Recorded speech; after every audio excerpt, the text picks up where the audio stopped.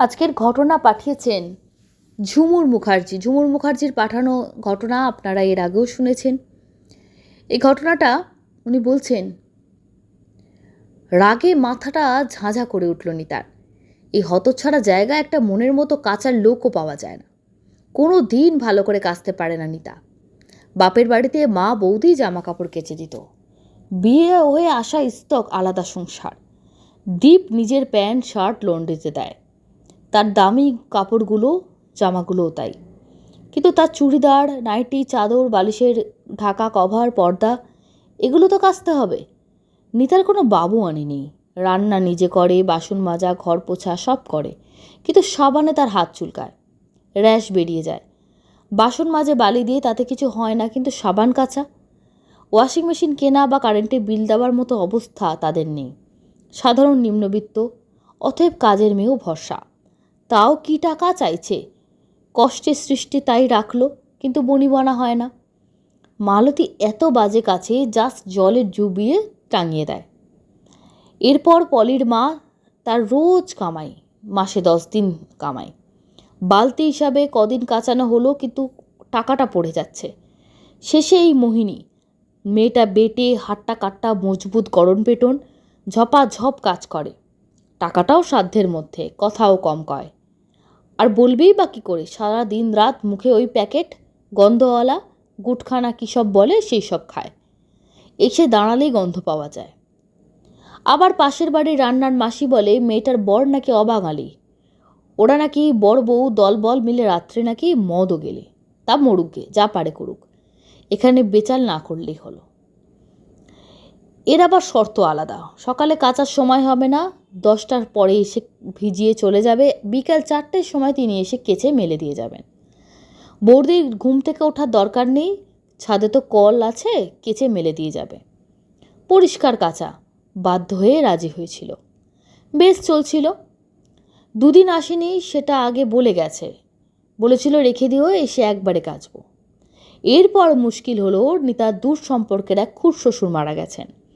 কাজ মিটলে শাশুড়ি বলেছেন কেচে কুচে নিতে। নিতা বলেছিল মোহিনীকে এক্সট্রা টাকা দেবে। মোহিনী বলেছিল 1 গামলা আর বড় বালতিতে ভিজিয়ে দিও, কেচে দেবো। তার নিতাও করেছে তাই। মেয়েটা সকাল সকাল এসে ভিজিয়েও দিয়েছে।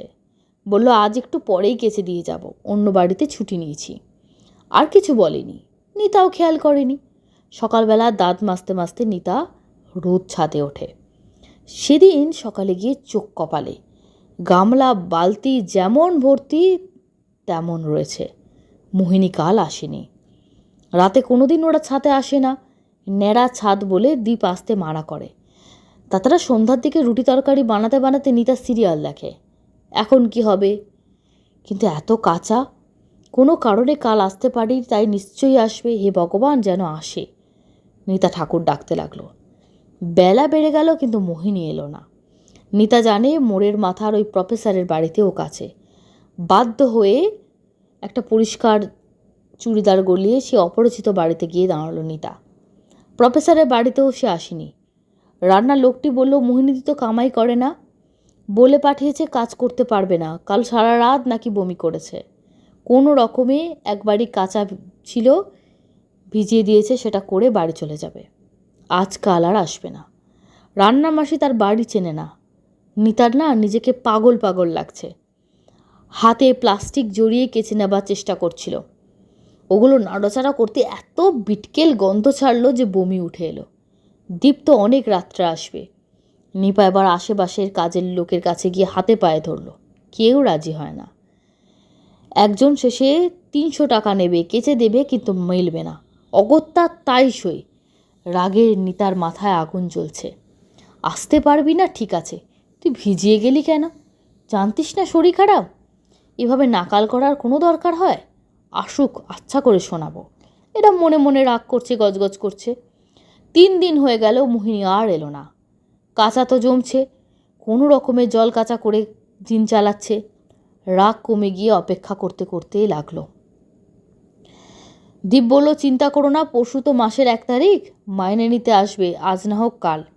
কিছু আর বলো না, আজকের দিনে লোক পাওয়া খুব মুশকিল। সামনে মাস থেকে কিছু বাড়িয়ে দিও। সেদিন সকালেও কিন্তু মোহিনী আর এলো না।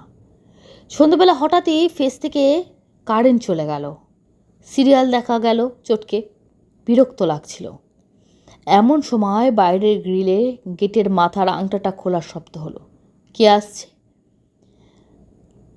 এখন তো কারোর আসার কথা নেই। চট করে চটির শব্দ পেল। শব্দটা চেনা। হ্যাঁ, প্লাস্টিকের চটি। ঠিক তাই। দরজায় ঢ্যাক ঢ্যাক করে 3 বার ধাক্কা। নিশ্চয়ই মোহিনী। মনটা খুশি হলো। মোহিনী বেটে মানুষ, কলিং বেলটা উঁচুতে বলে না বাজাতে পারে না। কারেন্ট থাকলেও এরমভাবে দরজাটা মুঠো পাকিয়ে ঠকঠক করে আওয়াজ করে। যাক শান্তি। নিতা ছুটে গিয়ে দরজা খুলল। হ্যাঁ, মোহিনীর গুটখার গন্ধে চতুর্দিকটা মম করছে। কিন্তু মেয়েটা গেল কই? বাইরের গ্রিলটা খোলা, কিন্তু মোহিনীকে দেখতে পেল না। বিস্মিত হলো নিতা। ওমা, এরকম এসে চলে যাওয়ার মানে কি? ডাকলোও না। বাইরে বেরিয়ে উকি দিল। ফেস থেকে কারেন্ট গেছে, পাড়াটা পুরো অন্ধকার। কাউকে দেখতে পেল না। আবার ঘরে চলে এলো। রাতে দীপ শুনে বলল, তোমার দুম করে দরজা খোলাটা কিন্তু ঠিক হয়নি। চোর ডাকাতও হতে পারে। হয়তো মোহিনীকে ফলো করেছে, ওরমভাবে দরজা ঠকঠক করে খোলে, সেইটা ফলো করে ওরকম করেছে। কার মনে কি আছে? নিতা একটু ঘাবড়ালো। কিন্তু গন্ধটা যে এসছিল সেও হয়তো খায়, এতে আবার আকাশ থেকে পড়ার কি আছে? পরদিন নিতা সন্ধে পেরিয়ে আটা মাখতে মাখতে টিভি দেখছিল। এমন সময় আলোগুলো দপদপ দপদপ করছে। কি কাণ্ড! আজকেও টিভিটা যাবে? উফ, এই সিরিয়ালের সময় যত গণ্ডগোল। লোডশেডিংটা বড্ড বেড়েছে। কাল 2টো মোমবাতি কিনে এনেছিল। আজ তো আর মোমবাতি নেই, শেষ হয়ে গেছে। কেনার কথাটা মনেও নেই। কোনো রকমে উঠে গলির দিকে জানলাটা খুলল। ঘরের আশপাশ থেকে খানিকটা আলো এলো। সবার বাড়িতে আলো আছে। তাদের মেন থেকেই তাহলে গেছে। কি গুমোট গরম, হাওয়া নেই। সর্বনাশ! এখন লোক পাবে কোথায়? এক্ষুনি যদিও দীপ এসে পড়বে, ফোন করেছিল একটু আগে। নিতা ভাবলো ফোন করে একটু জানিয়ে দেবে দীপকে, যাতে ইলেকট্রিক মিস্ত্রিকে নিয়ে আসে। এমন সময় দরজায় ধাক্কার শব্দ। হ্যাঁ, এই শব্দ তো মোহিনীর। কিন্তু দীপের সাবধানবাণী মনে পড়ে গেল। নিতা গলা তুলে জিজ্ঞাসা করলো, কে? উত্তর এলো না। কিন্তু মোহিনীর পরিচিত খুকখুকে কাশির শব্দ পেল। কাঁচে চুরির আওয়াজ পেল। নিতা দৌড় খুলতে গেল, কিন্তু খুলতে না খুলতে পাওয়া গেল সেই গন্ধ। দরজা খুলে আবারও কাউকে দেখতে পেল না। অবাক হয়ে উকি মারল, দৌড়ের পাশেও কেউ নেই। কিন্তু যাবে কোথায়? দরজা খোলা, জানলা খোলা, কাউকে যেতে দেখল না। হু হু করে ঠান্ডা কনকনে একটা বাতাস বয়ে গেল। খালি পলিথিনের মগটা টেবিলের ওপর থেকে ঠকাস করে পড়ে গেল। চাপা দেওয়া খবরের কাগজগুলো ফরফর করে একটু উড়ে উঠল। এই গরমে এত ঠান্ডা হাওয়া! ভাবা যায় না। আকাশে একটুও মেঘ নেই। গুটকার গন্ধটা সারা ঘরে ছড়িয়ে গেছে। হঠাৎই না নিতার গাটা ছমছম করে উঠল। একটা অজানা ভয় তাকে পেয়ে বসল। ঠিক সেই সময় দীপ খোলা গেট দিয়ে ঢুকলো। কি গো, গেট খুলেছ কেন? এটা কুকুর ঢুকে নোংরা করে দেবে। আবারও একটা ঝড় বয়ে গেল। নিতার মনে হলো হাওয়াটা ঘরের মধ্যে থেকে বাইরে বেরিয়ে গেল। গাটা কাঁটা দিয়ে উঠল। ঘরের আলোগুলো আবার আপনে আপনি জ্বলে উঠল। দীপ বলল, লুজ কানেকশান, আর কিচ্ছু না, কালকে মিস্ত্রি আনে চেক করিয়ে নেব। নিতার মনে না কেমন একটা ভয় আর অস্বস্তি চেপে বসেছে, কিন্তু কিছু বলল না। দীপ টয়লেট থেকে এসে বলল, মোহিনী এসেছিল বুঝি? চমকে উঠে নিতা। কেন? দীপ বলল, না, বাথরুমে মনে হলো মোহিনীর ওই মশলার গন্ধ, ওই খায় না ওইগুলো। নিতা ঘাড় নেড়ে না বলল। তারপর আস্তে করে বলল, কাল ভাবছি ওর কাজের বাড়িটা খুঁজে গিয়ে একটু ওর খোঁজ নেব। দীপ ফেসবুক চেক করতে করতে ঘাড় নাড়ল। পরদিন অফিস থেকে বেরোবার আগে আধময়লা পোশাক পরা একটা লোক এলো নিতার বাড়িতে। বলল, আমি মোহিনীর ঘরের লোক। ভাবি, আমার জানা না মোহিনী চলে গেল। বমি পায়খানা করতে করতে শেষ হয়ে গেল। ডাক্তারবাবু বললেন খাবারের সাথে কিছু খেয়ে ফেলেছিল। বস্তির আরও 4 জন অসুস্থ, তার মধ্যে একজন মারাও গেছে। আমিও বিমার ছিলাম, খবর দিতে পারিনি। ওর কাজ টাজ তো করতে হবে। মোহিনীর মাইনে ছাড়াও যদি কিছু দেওয়া যায়। মোহিনীর মাইনে ছাড়াও আরও গোটা 500 টাকা দিয়ে দিল দীপ। লোকটা চলে গেল। নিতা ফ্যাকাশে মুখে দাঁড়িয়ে রইল অবাক হয়ে। দীপকে বলল, জানো, আমি পর পর শুনেছি মোহিনীর দরজা ধাক্কানোর আওয়াজ। আমি দেখিনি ঠিকই, কিন্তু অনুভব করেছি। দীপ অন্য সময় হলে হেসে উড়িয়ে দিত, কিন্তু আজ কিছু বলল না। সে নিতাকে বলেনি। কাল যখন সে খোলা গেট দিয়ে ঢুকেছিল, তখন হঠাৎ তার মনে হয়েছিল তার পাশ দিয়ে কনকনে ঠান্ডা বাতাস তীব্র গতিতে বেয়ে গেল, আর বাথরুমে তীব্র গুটখার গন্ধ পেয়েছিল। দীপ বলল, দেখো, হয়তো কথা দিয়ে আসতে পারেনি, তো একটু দেখা করে গেল। মেয়েটা কিন্তু ভালো ছিল। ঈশ্বরের কাছে প্রার্থনা করবো ওর আত্মার শান্তি হোক। আমি শুনেছি ওই এরিয়ায় বিষাক্ত মদে অনেকে অসুস্থ হয়েছে, কজন মারাও গেছে। হয়তো মোহিনীও তাদের দলে একজন।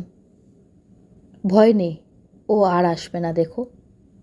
ওইটুকু বলতে চেয়েছিল যে, বৌদি, ইচ্ছা করে কামাই করছি না গো, পৃথিবী থেকে বিদায় নিয়েছি।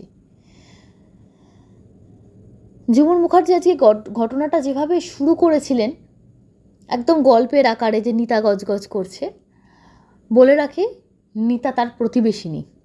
এই গজগজ করতে করতে ছাতে দাঁড়িয়ে দাঁড়িয়ে কিন্তু তাকে এই মোহিনী আসছে না, এই জামা কাপড় ভিজিয়েছি কথা বলতে বলতে পুরো জিনিসটা বলেছিল। তারপরে তো এটা জানা গেল এই ঘটনাটা ঘটেছে, সেটাও তিনি কিন্তু এই ছাদে এসে দাঁড়িয়েই বলে গেছেন। তো বিষয়টা যেহেতু এই গজগজ ব্যাপারটা থেকেই শুরু হয়েছিল, তাই ওটা থেকেই উনি শুরু করেছেন। আমার খুব ভাল লাগলো। উনি ঘটনা কালেক্ট করে বহুবার আমাদের পাঠিয়েছেন, কিন্তু এটা ওনার প্রতিবেশিনীর সঙ্গে ঘটে যাওয়া একটা ঘটনা। কেমন লাগলো অবশ্যই তোমরা জানিও। ঘটনা পাঠিয়েছেন মুনমুন ঘোষ কলকাতা থেকে। লিখছেন, সহেলি, আমি মুনমুন কলকাতা থেকে একটা ঘটনা বলছি। প্রথমবার বলছি, আগে কোথাও বলিনি। ঘটনাটি 2005 সালে আমার মায়ের সাথে ঘটে যাওয়া। তখন আমরা ভাড়া বাড়িতে থাকতাম। ওই ভাড়া বাড়িতে আসার পরের দিন ভোর রাতে মা বাথরুমে যাবে বলে যেই বাথরুমের দরজাটা খুলেছে, কোথাও কিছু নেই, একটা দমকা হাওয়া বাথরুমের ভেতর থেকে এসে মায়ের গায়ে লাগলো। অথচ বাইরে কোনো হাওয়া নেই, গুমোট গরম। আর মায়ের মনে হলো কেউ যেন বাথরুমের ভেতর থেকে মায়ের গা ঘেঁষে বেরিয়ে গেল। মায়ের কেমন একটু মনে হয়। মা সকালে আমাকে বলল, বাবা এসব একদম বিশ্বাস করে না। বাবাকে তাই জন্য কিছু বলেনি। এবার একদিন মা দুপুরে বিশ্রাম নিচ্ছেন, ঘুমাননি, চোখ খোলা, এমনি শুয়ে আছেন। শোবার ঘর থেকে রান্নাঘরটা দেখা যায়। মা দেখেন পায়জামা পরা অল্প বয়সী একটা ছেলে রান্নাঘর থেকে বেরিয়ে সোজা ডাইনিং রুমের দিকে চলে গেল। ভর দুপুরে এই ঘটনা দেখে মা ভীষণ ভয় পেয়ে যায়। বাড়িতে তখন আর কেউ ছিল না। আমি কম্পিউটার ক্লাস থেকে ফিরে দেখি মা খুব ভয় পেয়ে আছে। আমি মায়ের মুখ চোখ দেখে জিজ্ঞাসা করাতে মা সব ঘটনা খুলে বলল। এরকম একদিন সন্ধ্যায় মা শুনতে পায় কেউ বুট জুতো পরে গটগট করে হেঁটে আসছে। মা ভাবলো যে বাবা বোধহয় অফিস থেকে ফিরছেন। তাড়াতাড়ি দরজা খুলে দেন, কিন্তু কেউ কোথাও নেই। মা খুব ভয় পেয়ে যান। তখন বাড়িতে মা একা ছিলেন। আমি পড়তে গেছিলাম। পরে মা আমাকে বলেন, একদিন সন্ধ্যায় মা দেখেন বাড়ির উঠোনে একটা আম গাছের ডালপালাগুলো খুব নড়ছে। মনে হচ্ছে যেন কেউ জোরে জোরে ইচ্ছাকৃত নাড়াচ্ছে। হাওয়ার ব্যাপার না, হাওয়া নেই, অন্য কোনো গাছ নড়ছে না। সেই গাছটায় অনেক আম ধরেছিল। মা ভাবেন হয়তো আমগুলোকেও পাড়ার জন্য চেষ্টা করছে, কিন্তু কাউকে দেখতে পান না। এরকম প্রায় হওয়ার পর মা বাবাকে সব খুলে বলে। বাবা যথারীতি বলে, ধুর, ওসব মনের ভুল, ওসব কিছু না, কি বলছো। এর কিছুদিন পর মা আর আমি দেখলাম যে বাবাও পাশের ঘরে আলো জ্বেলিয়ে রেখে শুয়ে আছে। আমি আর মা একবারে ঘুমোতাম একটা ঘরে, বাবা পাশের ঘরে। আমরা সকালবেলা জিজ্ঞেস করি, বাবা তখন কিছু বোধহয় বুঝেছেন। এবার মা বাড়িওয়ালাকে সব কিছু জানায়। বাড়িওয়ালা অন্য জায়গায় থাকতেন, ওই বাড়িটা আমাদের ভাড়া দিয়েছিলেন। সব শুনে উনি মানতে না চাইলেও পরে মা জোর দিয়ে বলাতে উনি বললেন, ওনারা যখন ওই বাড়ির থেকে থাকতেন, তখন ওনার ছোট ছেলে ওই সামনের পুকুরে ডুবে মারা যায়। তারপর থেকে ওনারা অনেক কিছু অনুভব করেছেন। ওই ছোট ছেলে নাকি আম পাড়তে খুব ভালোবাসতো, তাই মা আম গাছটাকে ওরকম নড়তে দেখেছিল। তবে ওনারা অনেক যজ্ঞ করেছেন, বাড়িতে থাকতে পারেননি বলে বাধ্য হয়ে ভাড়া দিয়ে চলে গেছেন। ভেবেছিলেন অন্য লোক হলে ভাড়াটেদের হয়তো আর দেখা টাকা দেবে না, কিন্তু পরিস্থিতি যে বদলায়নি সে তো বোঝাই যাচ্ছে। আমরাও কিছুদিন পর অন্য বাড়িতে চলে যাই, ওই বাড়িতে আমরা থাকতে পারিনি। এই ছিল ঘটনা শৈলী, ভালো লাগলে শুনিও। আমার আগের ঘটনাগুলো পড়েছো বলে ভালো লাগলো, আবার লিখলাম। আরও ঘটনা আছে, লিখে পাঠাবো। অলৌকিক জোন আরও বড় হোক এই কামনা করি। শুভরাত্রি। অসংখ্য ধন্যবাদ। ছোট ঘটনা কিন্তু খুব সুন্দর ঘটনা। থ্যাংক ইউ সো মাচ আমাদের সঙ্গে থাকার জন্য। এরপর সরাসরি চলে যাচ্ছি কমেন্ট বক্স সেকশানে। কমেন্ট করেছেন শ্রাবন্তী ভট্টাচার্য, লিখছেন ঘটনা দুটি যেমন সুন্দর তেমন একটা কথা জানতে পারলাম। Thank you রত্নাদি। মৌসুমি দে লিখছেন প্রথম ঘটনা খুব ক্রিপি, ইউনিক, ইন্টারেস্টিং, অসাধারণ, হার্ট টাচিং। বাবলি মল্লিক লিখছেন অসাধারণ লাগলো, শেয়ার করবার জন্য ধন্যবাদ। মাধুরী দাস লিখছেন সত্যি ঘটনাগুলো ভালো লাগলো। দিবা ব্যানার্জি লিখছেন খুব ভালো লাগলো। হারা কার্তিক, আমিও মানে। রীতা চৌধুরী, জয়শ্রী সেনগুপ্ত, হর্ষ দিয়েশ, বুবুন ঘোষ, মৌসুমি দে এবং আরও অনেকে। Thank you so much. আজকের এপিসোড একটু ছোট হয়েছে আমি বুঝতে পারছি বন্ধুরা। আমি এখন আউট অফ স্টেশন, চেষ্টা করলাম ছোট ঘটনা হলো যেন এপিসোডটা আনতে পারি, এপিসোড যাতে মিস না যায়। তোমাদের অনেকে তোমরা বলো খারাপ লাগে একটা, তোমরা সময় বসে থাকো। আগামী পর্বে আরও ভালো ঘটনা নিয়ে, আরও সুন্দর ঘটনা নিয়ে ফিরে আসবো। ধন্যবাদ। শুভরাত্রি।